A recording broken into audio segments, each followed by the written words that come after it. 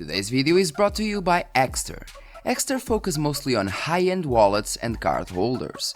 They also have a beautiful design using premium leather and being slim and compact comparing to conventional wallets. One of the selling points is the card holder mechanism, which includes RFID protection. This in order to not get your card's data stolen.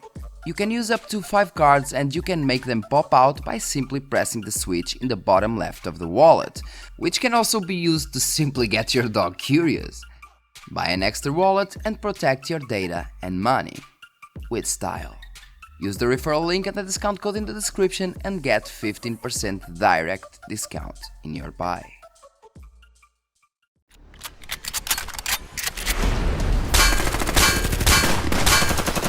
Hello guys, Ancient Gameplays, I'm Fabio Pisco and today we have a new video. Today's video is about a build I made for 585 euros, roughly $650. Okay, I made this build because people kept asking me, what's your best budget build of 2019? And this is the best budget build in my opinion. Of course, I could get some components that I didn't have a chance to. But in this video, I will show you the components I got and the components that, in my opinion, are better to buy. So I will show you several aspects of the best budget build you can get in 2019. At least in this price tag at around, let's say, $600 to $800. Yeah. Well, this build mostly consists on a Ryzen 5 2600 and an RX 580. In this video I will do a show off of the build, so I'll show the build turned off, turned on, the aspect per se of the build, the show off. I'll do then the benchmarks with charts in several games, for example PUBG, Fortnite and etc. The benchmarks, and after each benchmark we'll have a gameplay of this same exact build. For you to see, for example, the frame times, how it runs, besides the benchmarks. This is because most games I tested will be firstly tested on the benchmark tool for you to compare with your current build, for example, in order to see if it is worth the upgrade or not. I've tested like 8 games, but if you want to see 25 games on this same exact build, RX 580, Ryzen 5 2600, go to this video, the link in the description, the link is in the description. Go watch it because it has 25 games tested at 1080p, 1080p ultra wide, 21:9 and 1440p. So if you are more into the kind of real world gaming and you don't care much about charts, this is the video for you. And well guys, without any further delays, don't forget to hit like, subscribe and share the video because that really helps a lot. And thanks one more time to the members of my channel that really help a lot. Really thank you. Thanks a lot for that. And without any further delays, without any further delays, let's go to the show off and further benchmarks. See you in the conclusion.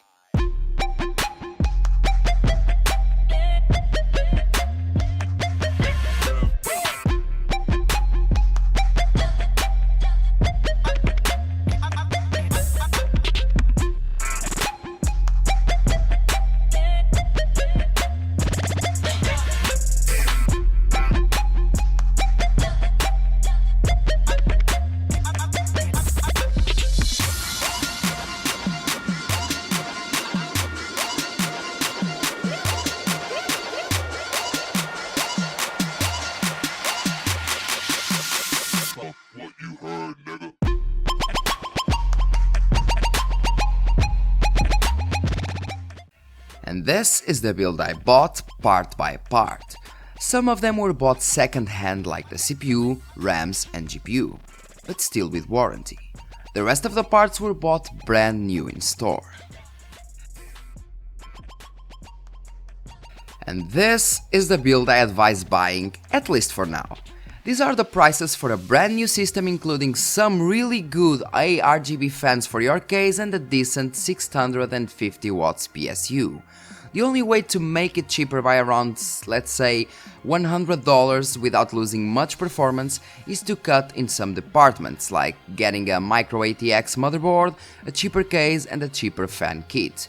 Maybe even going to a Ryzen 5 1600 instead of the 2600 if the price difference is big in your country. Let's see some games tested.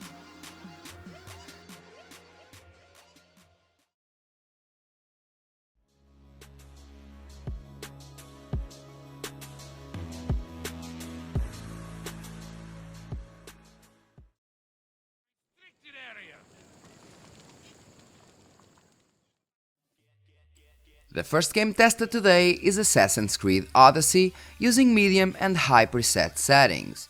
We can see that this build performs decently well in this game knowing how intensive it is, and mostly for AMD CPUs and GPUs. At 1080p ultra-wide, the game is playable using medium settings, and if you have a FreeSync monitor you won't even notice some smaller frame drops. I'll let you see for yourself.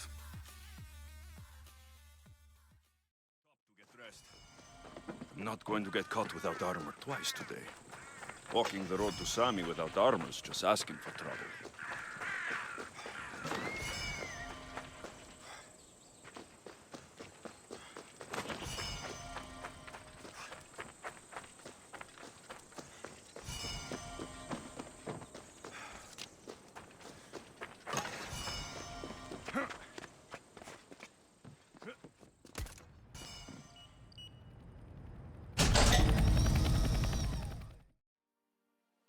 The second game is the good old Csgo. We all know this game can run on a pocket calculator, but I had to include it since it can bench the CPU in an interesting way. I also tested high settings in order to put more strain in the GPU and see how it would affect the FPS numbers. Overall, we do have a decent experience being at 1080p or 1440p. Let's watch the gameplay.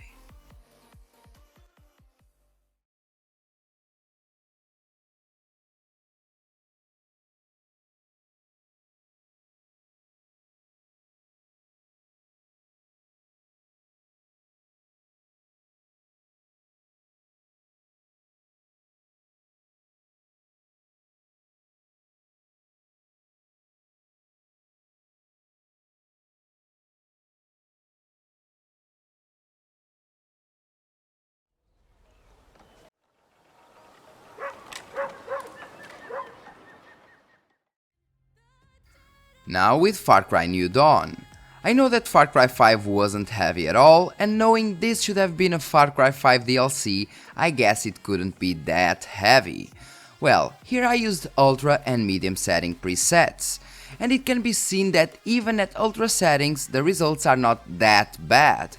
We have around 72 average FPS at 1080p, and even at 1440p our average FPS numbers will be around 55, which is acceptable. Reducing the settings to medium won't impact the visual fidelity that much and will exponentially help in terms of performance. Gameplay time.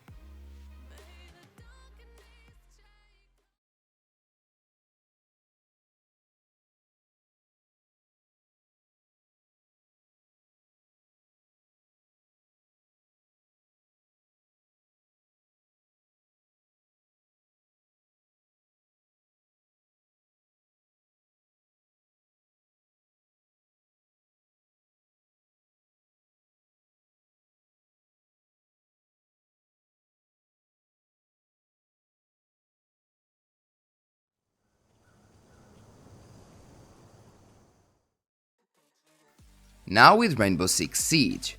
Rainbow Six Siege is a game that is quite old, but even nowadays is receiving updates, being them in terms of gameplay or graphics. As shown, the game will run flawlessly in this system with over 100 FPS, even at 1440p ultra settings. And well, in case you have a 144Hz display, don't worry because it will be achievable, with some tweaked settings. Let's watch the gameplay.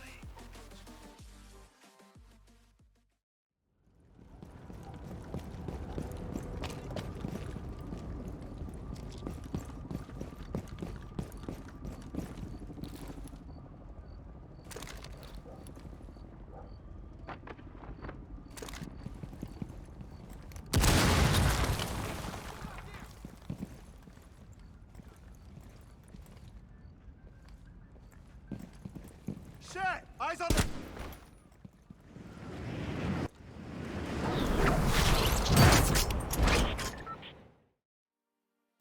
Yeah! That's what most people must be saying right now since I included Fortnite Chapter 2. Well, I'm not used to playing Fortnite, but I tried to replicate the tests as best as I could.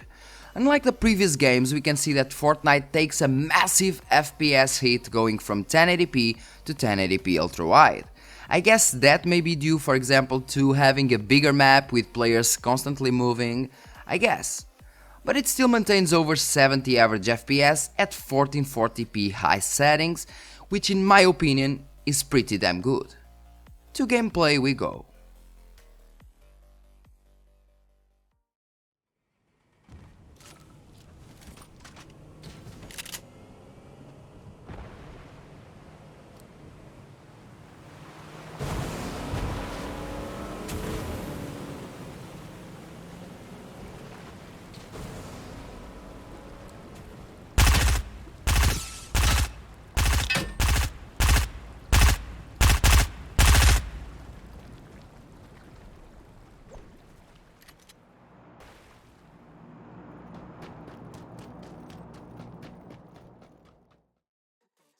Now with PUBG, with a small running around test.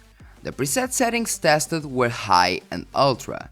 We can see that PUBG is a bit more demanding than Fortnite, and interestingly, even having a pretty big map with players also moving around, the FPS drop it had going from 1080p to 1080p ultra-wide was not as big as Fortnite's one.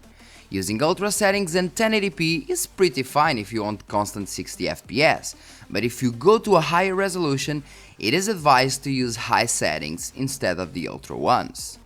Let's watch.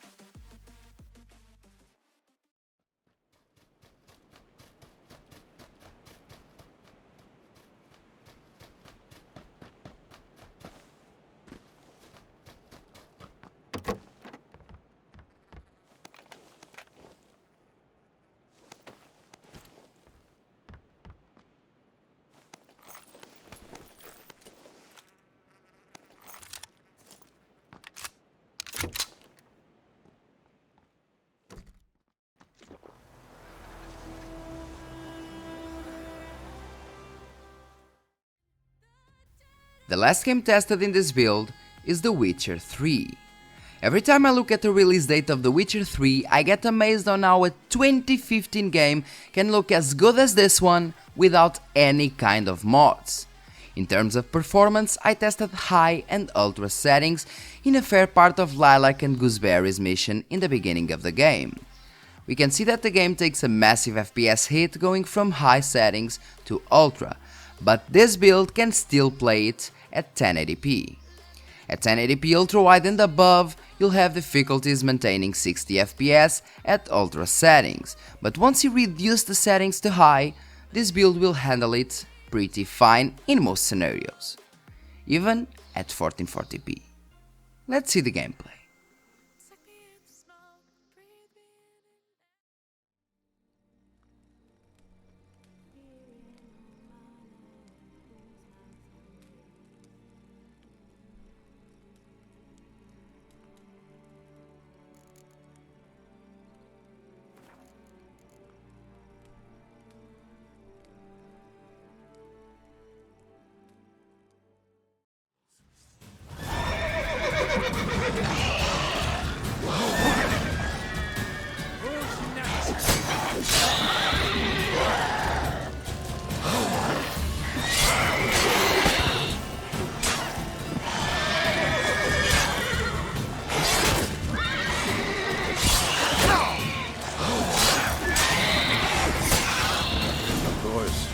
Armies pass, necrophages follow. Let's go before any more show up.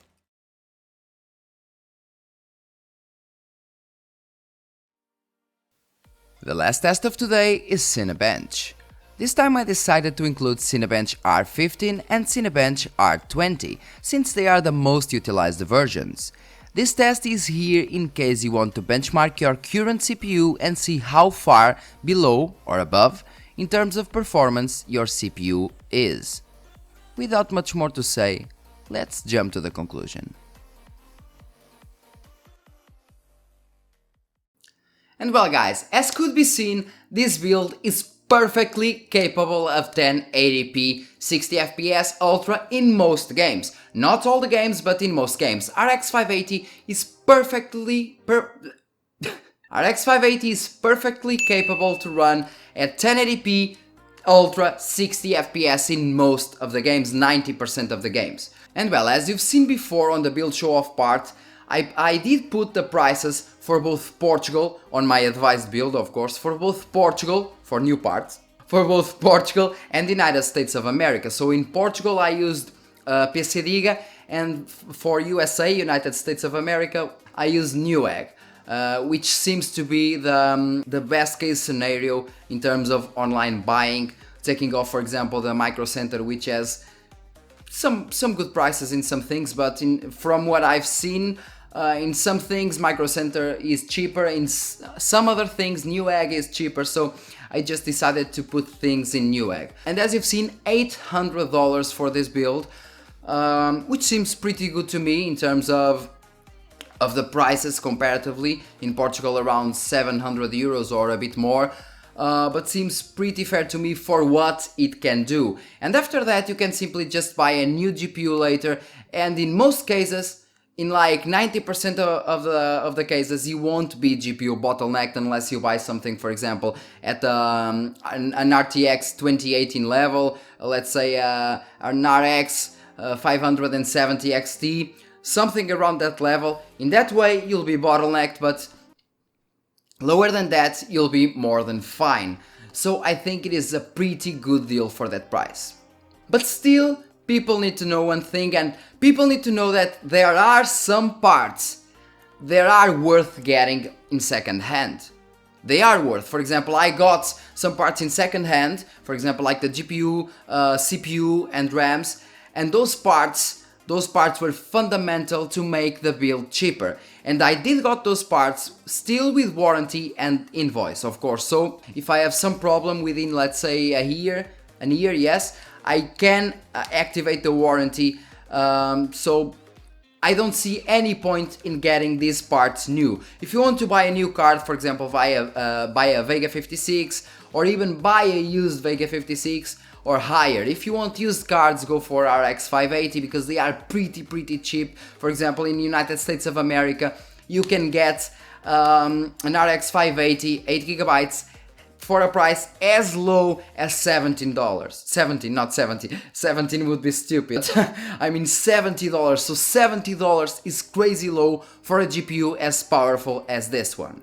But well, in my opinion, what is worth to buy used in this moment is the GPU. The CPU you can buy new, the CPU, motherboard, RAMs, because they are pretty cheap now, but the GPU, even if it is cheap, let's say $180, for example, for an RX 580 8GB, buying it used will give you a lot more budget to buy other things, because from 180 to 80 you have $100 to expend. $100 that you can expend, for example, on a better CPU, or you can do the contrary. You can buy, for example, a cheap mobile, motherboard, CPU and RAM kit, and invest on a heavier, I would say, I was gonna say heavier, and invest on a better performing card, for example a Vega 56, which is now in my opinion the best budget card, so the best price performance card you can buy right now. And well guys, I really hope this video helped you in some way. I tried my best to make myself understood, because sometimes it's quite difficult, mainly because of the language, of course, because I'm not the worst speaker of English, but I'm not even close to good. I will try to keep improving at every single video. But I did try to make myself understood. Okay, I did try to explain myself in the better way. But well, if you have any doubts, don't forget, comment in the comment section and I will be there to help you as fast as I can. Don't forget to hit like, subscribe and share this video. One more time, thanks a lot for watching and see you in the next one.